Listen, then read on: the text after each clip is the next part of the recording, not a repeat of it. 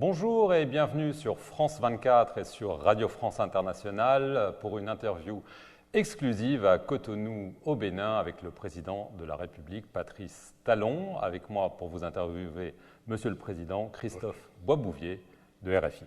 Monsieur le Président, bonjour. Bonjour, Monsieur Boisbouvier. Monsieur le Président, bonjour. Monsieur le Président, pour la première fois cette année, le Bénin a été frappé par une attaque djihadiste. C'était en mai dernier, dans le parc de la Pandjari, près de la frontière du Burkina Faso. 2 touristes français avaient été kidnappés, leur guide béninois avait été tué. 6 mois après, alors que les attentats se multiplient au Burkina Faso notamment, est-ce que vous êtes inquiet et est-ce que des mesures ont été prises pour assurer la sécurité du territoire béninois ? Cet événement malheureux est déjà derrière nous. Même si la situation sécuritaire globale dans la région demeure très préoccupante. Nous avons, de manière à l'intérieur du pays, de manière locale, pris les dispositions nécessaires pour prévenir et empêcher ce genre de choses. Il n'en demeure pas moins que la sécurité de la sous-région demeure une préoccupation globale de tous les pays de la sous-région, d'autant que les événements de ces derniers jours montrent bien que la riposte nous interpelle encore, la riposte efficace. Nous ne manquerons pas de faire face à cela, c'est en cours, les mesures sont en cours, avec les pays globalement concernés et la communauté internationale. Nous sommes en train de prendre les dispositions qu'il faut pour faire face de manière énergique à cette situation. Avec la communauté internationale, vous dites, et on se souvient lors de votre première visite officielle à Paris, juste après votre élection en 2016, vous avez dit, voilà, le Bénin manque encore de compétences, je viens vous demander l'aide de la France. Est-ce qu'aujourd'hui vous avez plus de compétences et est-ce qu'après les événements terribles du mois de mai, vous avez renouvelé votre demande d'aide auprès de Paris, de Washington ? Vous savez, la lutte contre l'insécurité de ce genre, le terrorisme, ne sera jamais une affaire d'un pays tout seul. Qu'on s'appelle le Bénin, le Burkina ou les États-Unis ou la France, c'est une stratégie collective. Et en cela, le besoin de compétences reste d'actualité, et même au-delà des compétences internes. Et c'est bien pour ça que nous évoquons chaque fois la nécessité d'une collaboration globale qui implique l'international. Nous ne faisons pas l'illusion que chacun, seul dans son coin, est capable d'éradiquer le terrorisme qui aujourd'hui envahit le monde et qui, dans les régions où la riposte n'est pas suffisamment organisée, s'infiltre et s'étend. Et récemment, est-ce que des cellules terroristes ont été démantelées? Est-ce que des attentats ont été déjoués au Bénin? Non, nous avons une politique de veille et de surveillance des mouvements, des tentatives éventuelles globalement dans notre région. Et chaque pays contribue à faire cette veille par les renseignements. Et je peux vous dire que ce qui peut être déjoué dans un pays ou dans l'autre relève d'une stratégie globale, d'une coopération globale. Et je ne peux pas vous dire qu'il y a eu des actions planifiées concrètes sur le territoire béninois qui ont été déjouées, mais nous sommes dans une stratégie globale qui fait qu'il y a beaucoup de choses, d'actions prévues qui sont déjouées au plan sous-régional. Alors un autre sujet de sécurité, c'est la piraterie. Il y a quelques jours, 9 marins étrangers ont été pris en otage au large du port de Cotonou. Alors, des questions très concrètes. Est-ce que vous avez de leurs nouvelles? Est-ce qu'on sait qui sont les pirates? Et est-ce que des mesures concrètes ont été prises pour éviter que cela se produise à nouveau? Oui, la piraterie dans le golfe de Guinée est une situation malheureusement récurrente qui date de plusieurs décennies. C'est une situation qui nous préoccupe, pour laquelle nous avons beaucoup évolué dans la lutte. Et je peux vous dire que, contrairement à ce qui s'est passé il y a une dizaine d'années, nous avons beaucoup évolué dans la maîtrise de nos eaux, de la lutte contre cette piraterie qui est économique Et ce qui s'est passé il y a quelques jours montre bien qu'on n'est jamais à la fin de la lutte contre le terrorisme, la piraterie et consorts. Nous avons pris des mesures nouvelles. Je ne dirais pas que nous avons baissé les bras parce que nous étions dans une situation de maîtrise de la piraterie, mais depuis hier, et notamment depuis le Conseil des ministres d'hier, nous avons pris de nouvelles mesures plus hardies, plus vigoureuses, plus coûteuses, mais pour sécuriser davantage notre côte et la zone concernée. La piraterie dans le golfe de Guinée qui concerne le Nigeria, le Bénin, le Togo, est une situation qui nécessite la coopération de tous les États voisins qui sont concernés. Nous avons des rencontres dans les tout prochains jours et nous sommes certains d'éradiquer complètement cette situation dans quelques jours. Nous sommes en train de faire un investissement de surveillance satellitaire et par des caméras de la côte. C'est un déploiement d'équipements coûteux. Nous y sommes déjà engagés et dans quelques mois, le Bénin sera doté d'équipements, d'un dispositif de surveillance très efficace que personne n'a encore dans la sous-région. Mais comme pour nous, c'est vital, nous sommes engagés dans cet investissement. Et où sont les otages, vous savez? Sont-ils en vie? Nous avons les renseignements, mais je ne serai pas en mesure de vous donner les détails des renseignements dont nous disposons. Mais nous avons quelques informations sûres sur ce qui s'est passé et ce qui se passe. Monsieur le Président, cette année a été marquée par une grave crise politique et par des violences meurtrières. Les législatives se sont déroulées en l'absence des partis de l'opposition et le 28 avril, 3/4 des Béninois se sont abstenus à ces élections législatives. C'est un record. Est-ce que cela n'a pas été pour vous un désaveu? Je veux bien vous l'entendre dire ainsi, désaveu. Désaveu par rapport à quoi? Par rapport à la réforme du système politique ou par rapport à mon action globalement, au plan économique, au plan social, au plan sécuritaire, au plan éducationnel? Alors, un désaveu, je ne pense pas, je ne fais pas cette lecture. Vous savez que j'étais encore en exil quand la précédente législature parlementaire, en son installation, a décidé de consacrer la législature à la réforme du système partisan. Nous sommes dans un pays où la vie politique, l'animation de la vie politique par les partis politiques est devenue une caricature, où plus de 200 partis politiques se partagent les sièges au Parlement, dans les mairies, et constituent l'interlocuteur du pouvoir exécutif. Quand un pouvoir exécutif doit avoir 200 groupes politiques comme interlocuteurs, vous imaginez comment c'est difficile. Et avant, même quand mon arrivée, la classe politique dans son ensemble avait déjà décidé de s'attaquer à ce phénomène. À mon arrivée, j'ai dit haut et fort que la réforme du pays s'imposait sur tous les plans, y compris sur le plan politique. Les lois qui ont été votées pour réformer le code électoral, pour réformer la charte des partis politiques, ont été des lois qui ont été votées par le Parlement sortant. Celui qui était là, les députés qui étaient en place avant mon arrivée, c'est eux qui ont voté les lois en question. Mais dans la mise en œuvre de ces lois, comme on a pu le constater, il s'est posé quelques problèmes. Tout le monde n'a pas été en mesure de satisfaire les exigences de la loi. Les lois ont mis la barre, il faut l'avouer, un peu haut pour contraindre. Vous le regrettez peut-être un petit peu? Non, je ne peux le regretter parce que c'était une bonne chose. Mais je trouve que la classe politique et les groupes politiques n'étaient pas suffisamment préparés à satisfaire les exigences qu'eux-mêmes ont fixées. Ça a pu donner donc lieu à des controverses, ce à quoi nous avons assisté.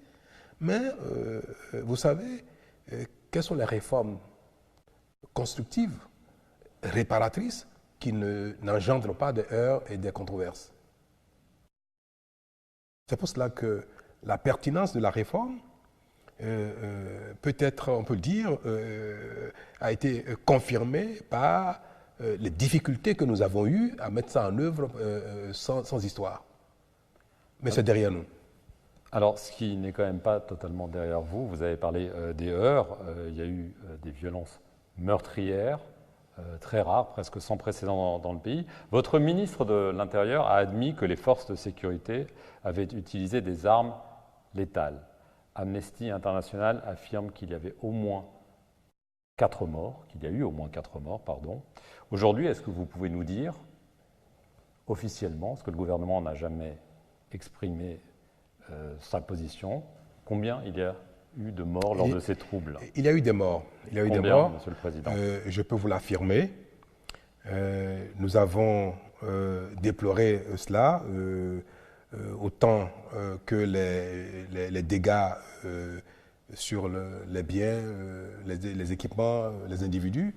Et cette situation globale qui nous a fait tant de tort est la manifestation de ce que, au Bénin, ce genre, dire la vie politique, a un impact sérieux sur le comportement des Béninois. Et c'est ce qui a justifié, d'ailleurs, le dialogue politique que j'ai organisé tout récemment pour mesurer notre capacité à nous adapter aux réformes que nous voulons nous-mêmes et les planifier dans le temps, afin que ça ne gêne pas ce genre de choses.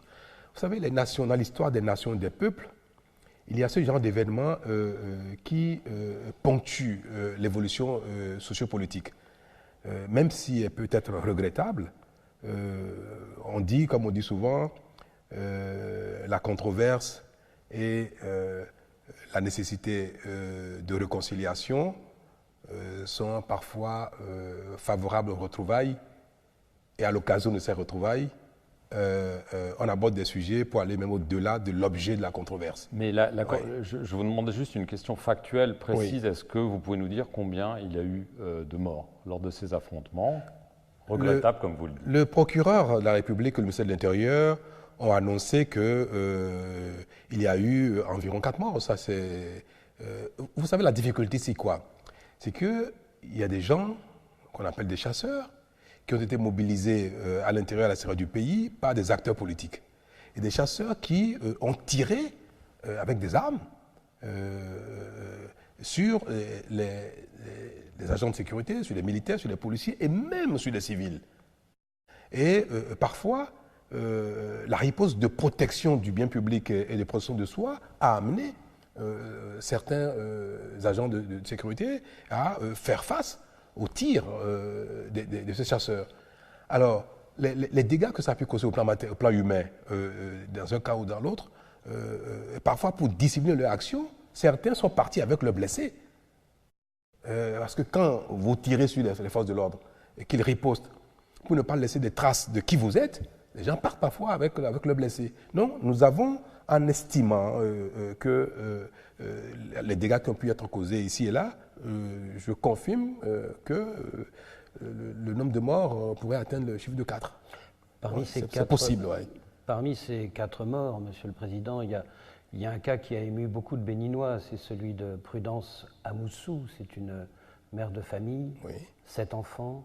Selon Amnesty, elle a été tuée d'une balle tirée dans le dos, mais officiellement, elle est morte des suites d'une maladie. Est-ce qu'au-delà du non-lieu qui a été prononcé par un juge le 24 octobre dernier sur un certain nombre de cas, qu'est-ce que vous dites à la famille de Prudence Amoussou aujourd'hui? Et est-ce qu'une enquête indépendante peut être mise en place? Monsieur Babouvier, ce n'est pas face à vous que j'ai adressé un message à la famille de cette dame. Vous savez, c'est une situation difficile pour nous, que les forces de l'ordre ont géré avec beaucoup de difficultés. Quand des groupuscules de gens mettent le feu à la ville, peu de gens circulent avec des cocktails Molotov, avec des armes. Vous voulez que l'armée et la police croisent les bras et les laissent faire? Alors, le contrôle de cette foule a pu, comme je viens de le dire, générer quelques dégâts du genre humain.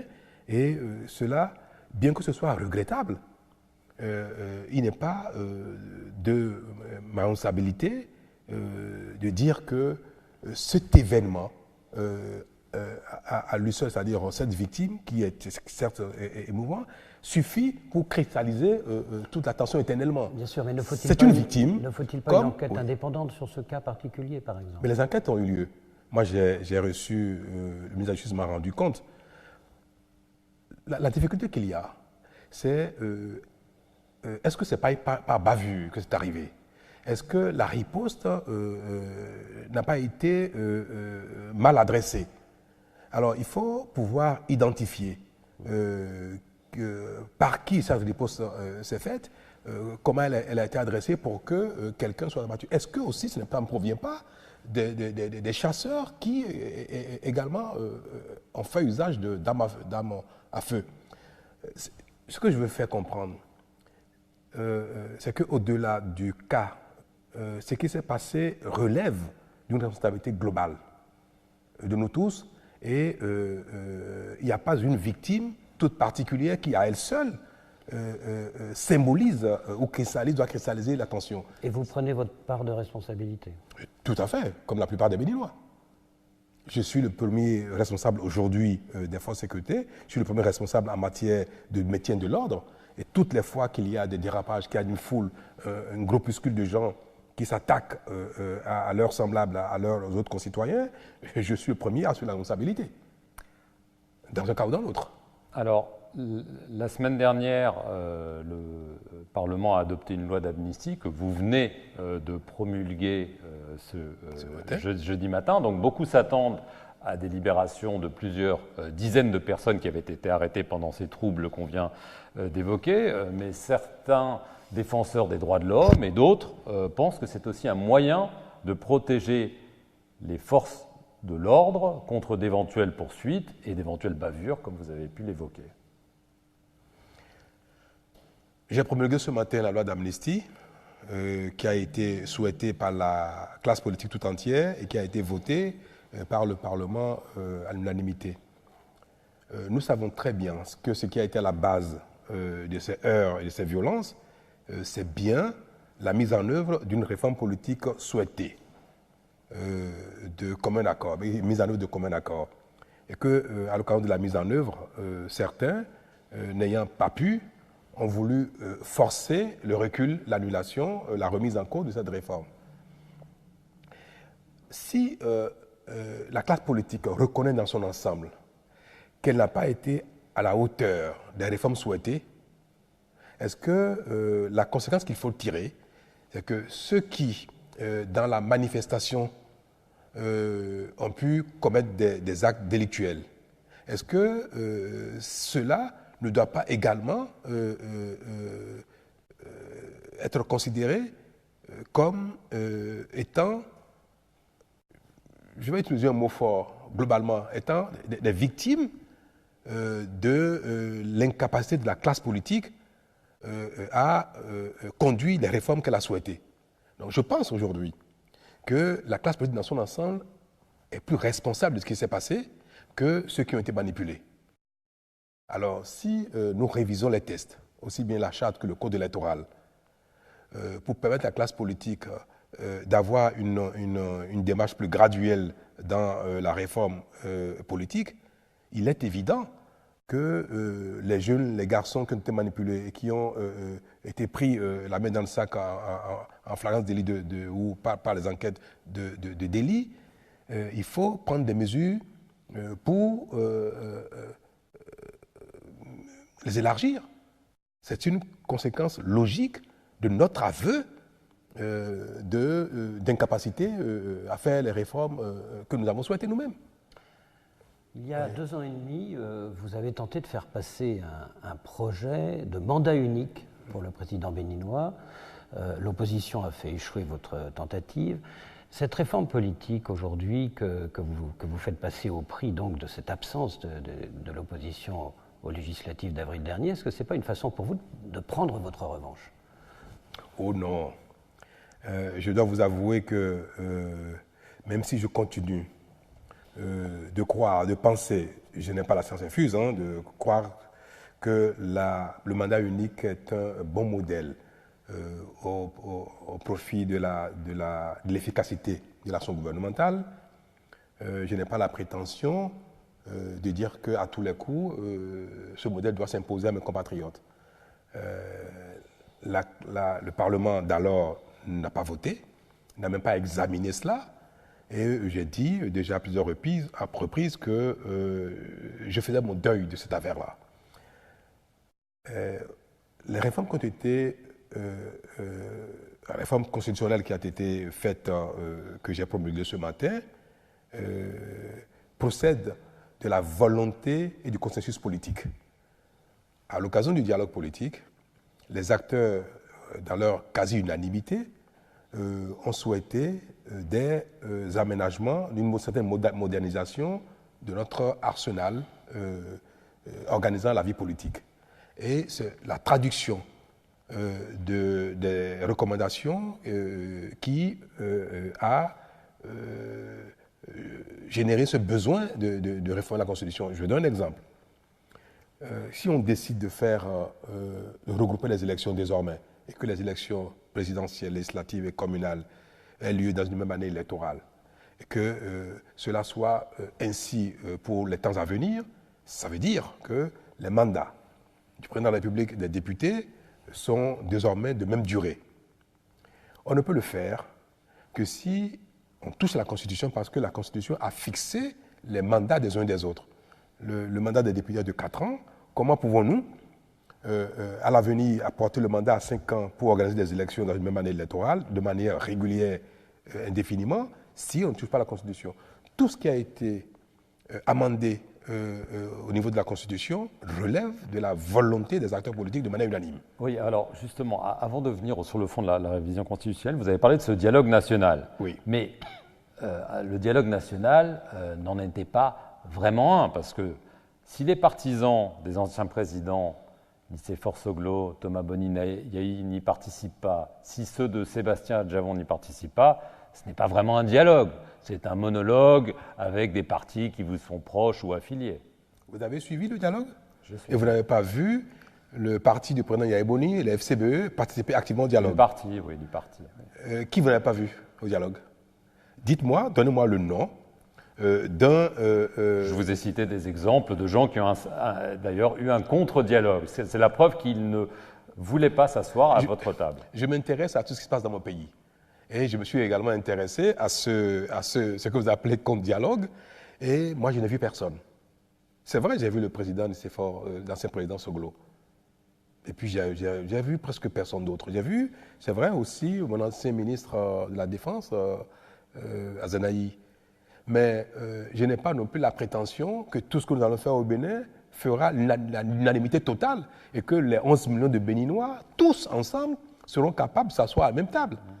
Pour moi, les partis qui étaient représentés à ce dialogue, dont les FCBE qui constituent ce que vous appelez le parti du président Yahi Boni, qui à la date d'aujourd'hui reste le même parti, je n'ai pas appris qu'il y a une scission, ils ont été suffisamment représentés, même par le secrétaire exécutif national, ils ont participé.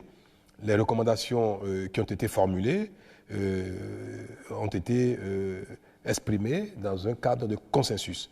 Et leur mise en œuvre s'est traduite par ce que vous avez vu. Et je n'ai pas vu un seul élément de la révision constitutionnelle qui ne relève pas de l'intérêt général et qui ne soit pas conforme à la volonté depuis longtemps exprimée de moderniser notre arsenal juridique en la matière.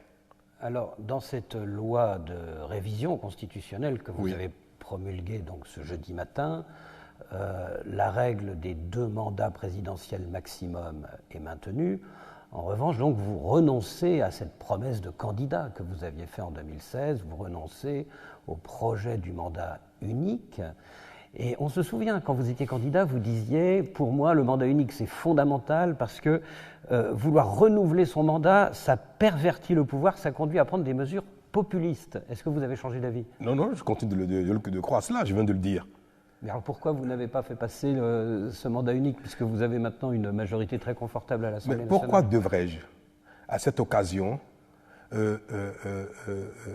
introduire et faire passer ce qui, pour moi, relève, et face à l'opinion, relève d'une volonté personnelle?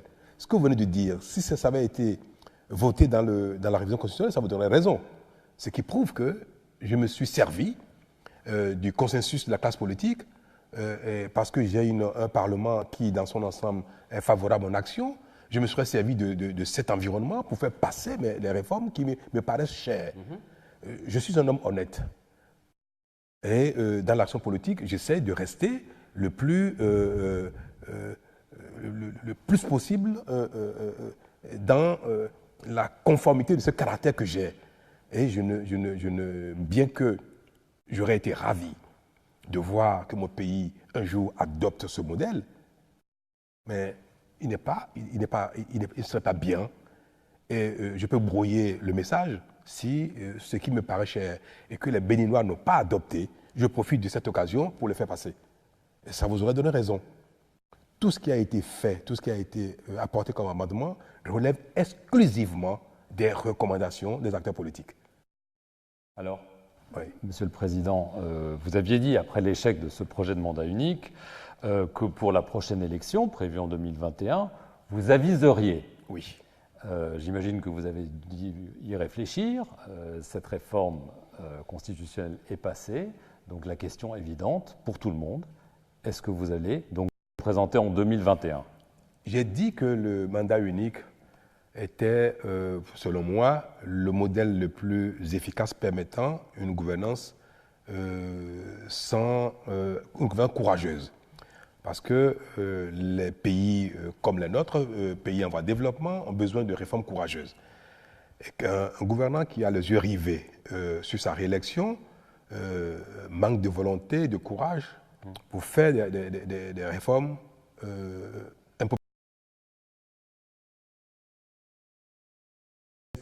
J'ai exprimé ce modèle, cette crainte. Mais vous avez dû constater que les actions utiles, les réformes utiles, même impopulaires, que je ne porte pas de gants pour les conduire. Donc, ce que je voulais préconiser dans cette réforme, je n'ai pas attendu cette réforme pour agir ainsi. Je fais les réformes qui sont nécessaires et je ne suis pas constamment dans la recherche de l'approbation au quotidien, l'adulation au quotidien. Pas du tout. Ce qui veut dire que la notion de mandat unique que je voulais introduire dans notre arsenal pour conditionner positivement et de manière durable le comportement des acteurs, des gouvernants, cela, j'en ai déjà moi-même fait la mise en œuvre sans attendre cette réforme-là. Donc, être élu éventuellement ou non, être candidat éventuellement ou non, ne conditionne pas mon action au quotidien. Mais peu importe alors que Patrice Talon soit candidat en 2021. Peu importe, c'est faux. Beaucoup importe, Monsieur le Président. Est-ce que... Pourquoi vous dites que c'est faux? Parce que tout le monde veut ça. Vous pourriez nous dire, en effet, le mandat unique, je me l'applique à moi-même, donc je ne me représente pas. Oui. Ou vous pourrez dire, écoutez, je n'ai pas fini mon action, j'ai besoin de temps pour avoir les résultats que j'escompte, et donc je me représente. Est-ce que vous pouvez nous clarifier? Peu importe en ce qui me concerne, parce que je prône un modèle qui, pour moi, doit éviter aux gouvernants d'agir par populisme. C'est ce que j'ai dit. Et je vous le fais comprendre, et vous avez dû l'observer, que mon action au quotidien n'est pas fonction d'un deuxième mandat ou non. Et je dis, à ce qui me concerne, peu importe la manière dont j'agis, la manière dont j'engage l'action gouvernementale n'est pas liée à ma volonté ou non d'être à nouveau candidat ou d'être réélu. Et vous dites que c'est faux. Non, je dis qu'on aimerait bien savoir si vous allez, oui ou non, vous représenter. Vous pourriez nous dire, non, je pense que j'aurais fait suffisamment. Je vous ai donné les raisons de ce modèle. Et dit qu'en ce qui me concerne, cela importe peu puisque je n'ai pas attendu cette réforme pour agir positivement sans tenir compte de ce besoin que beaucoup de gouvernants ont d'être applaudis au quotidien pour éventuellement être réélus. Maintenant, je vais être plus concret dans ce qui est... Ma candidature éventuelle en 2021, comme je l'ai dit, dépend que de moi désormais, puisque le modèle n'a pas été retenu. Et cette candidature éventuelle dépend de 3 choses. Elle dépend de ma disponibilité personnelle, de mon état d'esprit. Ça dépend de l'environnement politique dans lequel nous sommes, puisque les réformes qui sont en cours tendent à renforcer le rôle des partis politiques. Et nous souhaitons tous que les partis politiques soient décideurs en la matière, orientent le choix du peuple, se prononcent préalablement et amènent les gouvernants de demain à ne pas être des gouvernants électrons libres, qu'ils répondent d'un groupe politique et que le groupe politique soit capable de contrôler leur action et d'exercer la pression positive qu'il faut pour qu'ils travaillent pour pérenniser l'intérêt des groupes politiques, l'intérêt politique. On a vu des pays qui ont donné la preuve de cette pression positive des grands partis politiques. Nous rêvons de cela et je pense que nous sommes sur la voie. Le troisième facteur duquel dépend donc l'université de Patrice Talon, c'est la mise en œuvre de mon action actuelle. Et je suis relativement satisfait de la définition de l'action gouvernementale. Même si dans la mise en œuvre, il nous a fallu plus de temps que prévu. Ces 3 facteurs, demain, détermineront mon choix. Mais je vous dis, j'aviserai en tenant compte de ces 3 facteurs demain, si je dois être candidat ou non. Alors, le deuxième facteur, c'est l'environnement politique.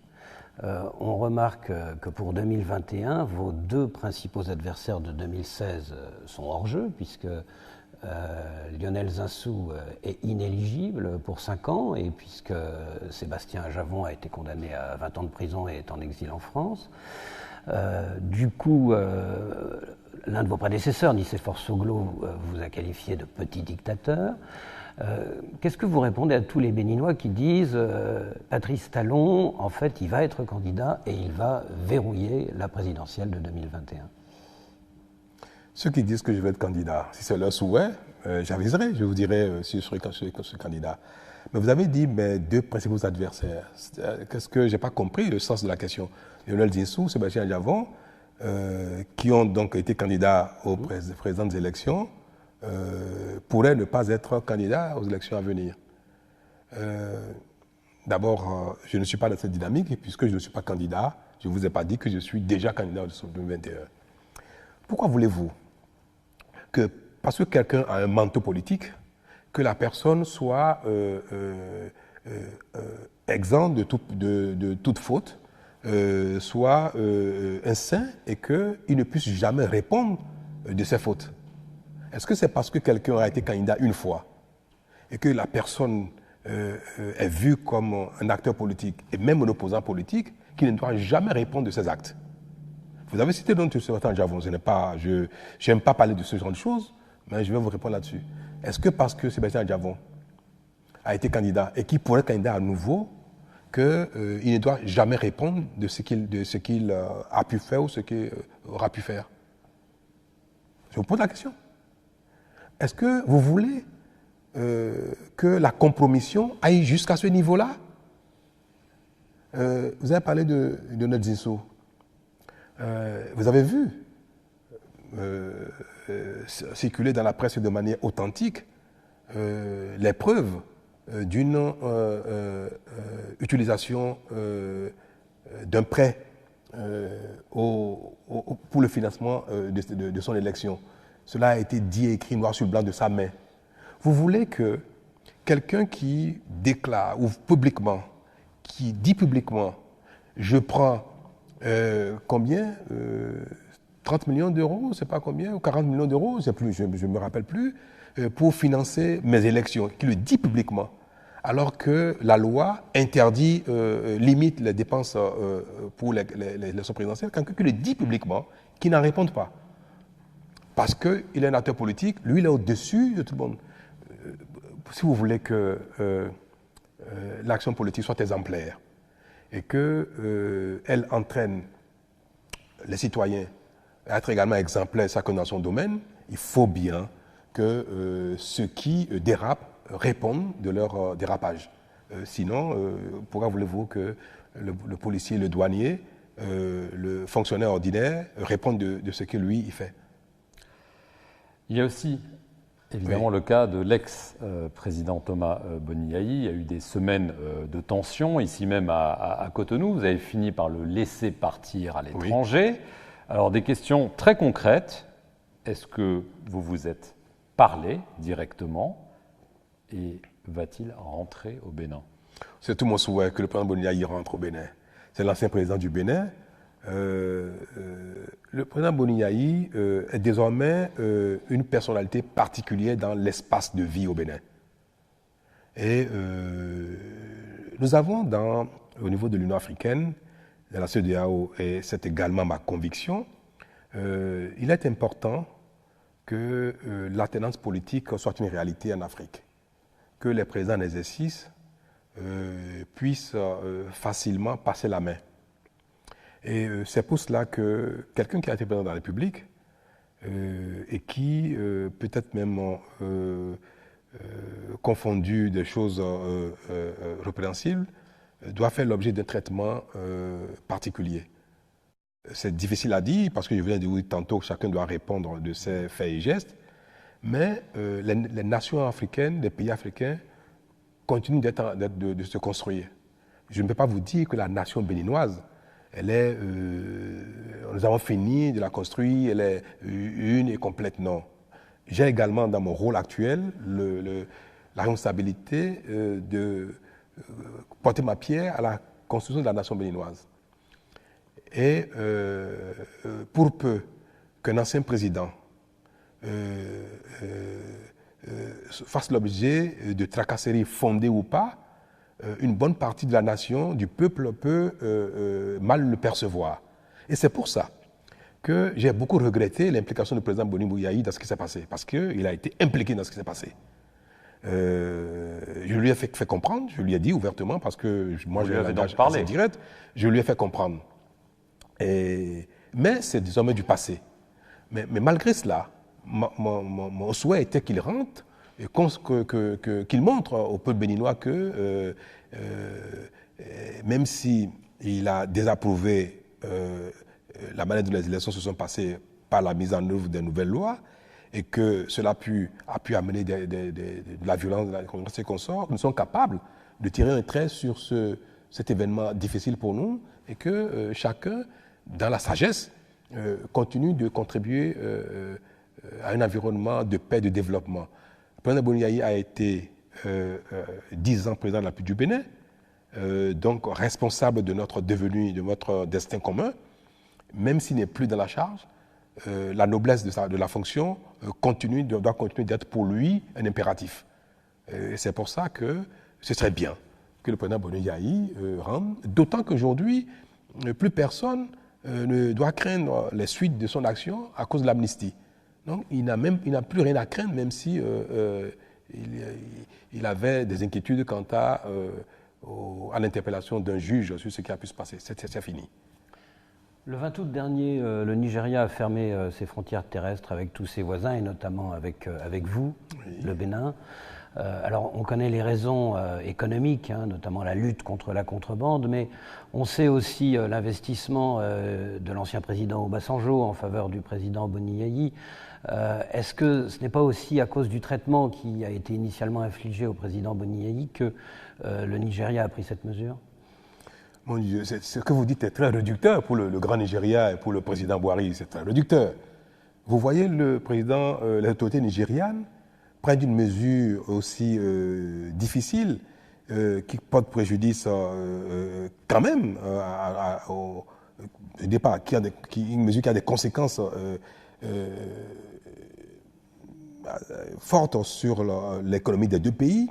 Vous le voyez prendre une telle mesure juste parce que Yaï Boni aurait été, je ne sais pas, interpellé ou bien Yaya Boni aurait agi de manière bien que la justice aurait souhaité écouter Yaya Boni. Que juste pour ça. C'est pas l'une des raisons, je veux dire. Non, ce serait insultant pour le Nigeria et pour les autorités nigérianes de penser que c'est vrai que ce qui se passe au Bénin, au Niger, au Burkina, au Nigeria, interpelle globalement l'ensemble des responsables politiques des pays. Parce que nous œuvrons tous ensemble pour la concorde, pour la paix dans nos pays. Mais ce n'est pas pour autant qu'un pays voisin serait favorable à la pagaille dans son... les réformes qu'il y a eu ont été saluées par la communauté internationale, ont été saluées même par la CEDEAO, ont été saluées par les autorités nigérianes. Les autorités nigérianes ont désapprouvé les violences qu'il y a eu. Et le président Buhari a été très clair là-dessus. Monsieur le Président, quand je l'ai vu à l'époque, vous ne devez pas laisser faire cette situation de désordre et de violence. Il me l'a dit. Donc, je trouve ça assez curieux qu'on dise que parce que le président Boni a reçu une convocation d'un juge, et que cela a pu être une raison de fermeture des frontières du Bénin. Non. La situation du Bénin, des frontières terrestres entre le Nigeria, le Niger, le Bénin, est une situation difficile. Elle est préoccupante aussi bien pour nous, pour notre population, pour nos acteurs économiques, que même pour les autorités nigérianes. J'ai vu le président Buhari déjà plusieurs fois sur la question. Il est très embarrassé et il m'a dit qu'il attend les conclusions d'une étude qui est en cours pour régler un problème qui est devenu récurrent depuis plus de 2 décennies. Les administrations douanières béninoises et nigériennes et d'autres des pays qui entourent le Nigeria ne font pas le travail comme il faut, de sorte qu'il y a beaucoup de fraude au niveau des frontières terrestres. Et depuis 20 ans que les gouvernants des 2 pays, en tout cas pour ce qui concerne le Bénin, tiennent des réunions avec leurs homologues du Nigeria, cette question a toujours été évoquée. Donc, nous sommes ensemble en train de chercher des solutions techniques. Or que le mauvais comportement des administrations de part et d'autre ne compromette pas la noblesse de la vie communautaire, les échanges, les circulations entre nos 2 pays. Ces mesures techniques, pour l'instant, ça ne suffit pas, puisque malgré vos rencontres nombreuses avec le président Buhari, pour l'instant, il n'y a pas de solution. La fermeture a été prorogée jusqu'au 31 janvier. Quelles mesures concrètes peuvent être prises pour mettre fin à la contrebande qui pénalise, c'est vrai, l'agriculture et l'industrie nigériane? Quelles mesures pouvez-vous prendre? Qui pénalise aussi l'économie béninoise. C'est vrai. Vous savez par exemple que tous les produits pétroliers qui sont consommés au Bénin, à près de 90%, proviennent de la contrebande venant du Nigeria. Vous savez aussi que le Bénin importe beaucoup de biens de consommation manufacturés du Nigeria et échange avec le Nigeria sur les produits de cru, les produits agricoles. Et donc, nous avons une économie interdépendante, hein, et c'est tant mieux d'ailleurs. Et là, il y a un gros risque du coup. Non, il ne faut pas dramatiser non plus. Ce n'est pas parce que les frontières terrestres sont fermées qu'il n'y a pas catastrophe. J'invite chaque fois les uns les autres à prendre avec la mesure qu'il faut les conséquences d'une telle situation. Et des parts, ce n'est pas la catastrophe. Et je peux vous l'affirmer. Mais elle est préoccupante. Elle a des conséquences variées, diverses sur les économies des uns et des autres, mais peut-être davantage sur notre économie à nous parce que nous sommes de plus petite taille. C'est très bien, le Bénin n'a pas la taille du Nigeria. Notre économie n'est pas aussi robuste que celle du Nigeria. Donc les conséquences sur nous sont plus visibles, sont peut-être plus importantes que sur l'économie nigériane. Mais les administrations sont en train de travailler pour enfin trouver les mesures techniques qu'il faut pour que cette solution radicale ne soit pas... D'abord, elle ne peut pas durer. Pourquoi? Parce que nous sommes 2 pays frères et quels que soient les problèmes techniques que nous reconnaissons tous, nous sommes tenus de trouver une solution pour ne pas mettre un mur entre les 2 peuples. Et ce n'est pas la volonté du président nigérian, pas du tout. Et ce n'est pas non plus ma volonté, et nous travaillons à cela. Donc vous espérez une solution bientôt? Il y aura une solution très bientôt. qui va satisfaire les exigences de libre-échange entre nos deux pays. Alors, je veux en venir rapidement, pour conclure, à une question plus économique. Vous êtes depuis longtemps un défenseur du franc CFA. Le gouvernement se dit prêt à une réforme ambitieuse de la zone franc. Quel gouvernement? Le gouvernement français. Ah, il faut le dire. Le gouvernement français, pardon, Oui. si je ne l'ai pas dit, c'est mon erreur. Oui. Par la voix de son ministre de l'économie, Bruno Le Maire. Oui. Alors une question concrète, est-ce que vous seriez favorable à un transfert des réserves monétaires de la Banque centrale des États d'Afrique de l'Ouest dans un autre pays que la France? C'est une des mesures qui est réclamée. Les pays de l'UMOA et la France, puisque la France est notre partenaire en matière monétaire, puisque, comme vous le savez, elle assure la convertibilité illimitée du franc CFA dans le monde, et notamment à travers l'euro, l'Union européenne. Cette réforme qui veut qu'il n'y ait plus de compte d'opération et que la Banque centrale des États de l'Afrique de l'Ouest de l'UMOA ne garde plus une partie de ses réserves de change auprès du Trésor français. Cette réforme est souhaitée de tous, y compris par le gouvernement français actuel, y compris par le président Macron. Nous sommes tous d'accord là-dessus, à l'unanimité, pour mettre fin à ce modèle qui, en fait, techniquement, n'était pas un problème.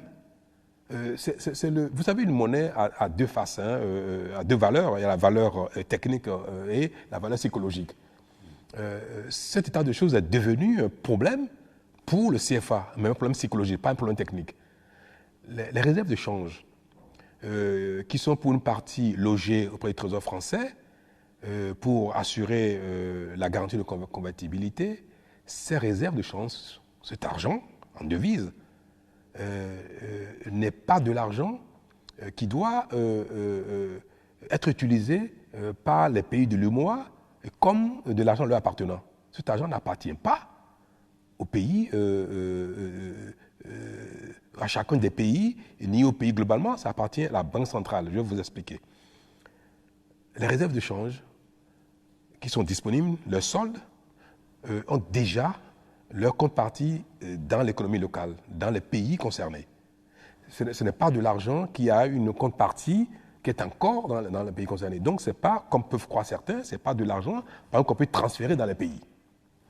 Ces réserves de change permettent à la Banque centrale commune de gérer cette transaction d'importation et d'importation pour solder les comptes de devises avec les diverses banques centrales. Donc si c'était une partie, ce n'est pas toute la réserve de change de la Banque centrale qui était domiciliée en France, auprès du Trésor français. Si demain, nous mettons en œuvre, et ça va se faire très, très rapidement, nous mettons en œuvre cette mesure, les réserves de change seront gérées dans les diverses banques centrales, américaines, chinoises, japonaises, canadiennes et autres, et européennes. Donc, la Banque centrale des pays d'Afrique de l'UMOA va gérer la totalité de ces réserves de devises, va les répartir auprès des diverses banques centrales partenaires dans le monde. Cela n'apporte pas quelque chose de fondamental à la Banque centrale des pays d'Afrique de l'Ouest, plus que la situation actuelle. Il faut oser l'avouer. Vous savez que actuellement, la France rémunère le compte de la BCEAO à 0,7 points. Nos réserves de devises auprès des autres banques centrales n'est pas rémunérées. Au contraire, nous payons quelque chose pour la gestion. Donc, techniquement, ces soldes, cette partie qui est auprès du Trésor français, qui est rémunérée, contrairement à nos réserves qui sont dans les autres banques centrales, le fait de supprimer cela, que la Banque centrale répartisse ces réserves un peu partout, n'apporte rien techniquement de plus que la situation actuelle. Il faut oser le dire. Mais psychologiquement, par rapport à la vision de souveraineté et de gestion de sa monnaie, il n'est pas bien que ce modèle continue. parce que c'est également quand même la vision du monde par rapport à une monnaie, à un pays, est un élément important de la valeur de la monnaie. Ce changement de domicile des réserves de change de la Banque centrale, c'est pour quand? C'est pour avant le sommet Afrique-France du mois de mai prochain? Non, je n'ai pas à vous donner la date, mais je peux vous dire que c'est déjà acté, c'est déjà la volonté de tout le monde, ça va se faire. Et d'ailleurs, la France va aussi se retirer des structures de gouvernance de la monnaie. Quoique, moi je vais vous dire une chose, la présence des Français, des Canadiens, d'Américains dans nos structures de gouvernance en tant qu'observateurs pour s'assurer que les pays de l'UEMOA ont une gestion de leur monnaie, une gestion efficace, transparente et digne de confiance, est quelque chose moi, qui ne me gêne pas. En Angleterre, c'est bien un Canadien qui gère la Banque centrale. Donc, aujourd'hui, dans la globalisation, nous pouvons avoir des regards extérieurs sur ce que nous faisons. Et au contraire, c'est un gage de transparence et de sérieux. Mais la France ne sera plus dans les organes de gouvernance du CFA. C'est tant mieux. Mais ici, moi, j'ai une proposition à faire, c'est que ce soit américains, français, comme ça, ils peuvent avoir un regard sur ce que nous faisons. Et d'ailleurs, cela crédibilise davantage encore le CFA. Vous savez, la monnaie, c'est quelque chose qui a besoin d'avoir la crédibilité, l'assurance de tout le monde quant à sa gestion. Une dernière question très courte. Normalement, c'est l'année prochaine que le CFA doit être remplacé par l'ECO dans les 15 pays de la CEDEAO. Mais vous, qui êtes un homme pragmatique, vous croyez vraiment que ce sera l'année prochaine? Est-ce vraiment réaliste? C'est un agenda politico-économique, mais les réalités de l'économie, parfois, sont en déphasage avec la volonté politique. Ce n'est pas évident que, techniquement, nous soyons prêts à rentrer dans une monnaie comme l'année prochaine. Moi, j'ai le défaut de dire les choses de manière trop directe. Les critères de convergence, l'harmonisation de tout ce que techniquement concourt à l'entrée à la fois de tous ces pays dans la même monnaie, pose encore quelques problèmes de calendrier. Même si nous n'y parvenons pas véritablement l'année prochaine, la volonté demeure et nous souhaitons qu'un jour, les pays de la CEDEAO puissent se retrouver tous au sein d'une même monnaie. Ça viendra, même si techniquement nous n'y parvenons pas encore l'année prochaine. Merci, Monsieur le Président, de nous avoir reçus à Cotonou. Et merci à vous tous de nous avoir suivis sur les antennes de RFI et de France 24. Merci à vous. Merci M. Perelman, M. Barbouvier. Mais c'était avec grand plaisir que j'ai échangé avec vous sur ces différents sujets difficiles. Le temps très court ne permet pas toujours d'aborder les choses avec en profondeur. Bon, mais c'est déjà bien. Merci. Merci beaucoup.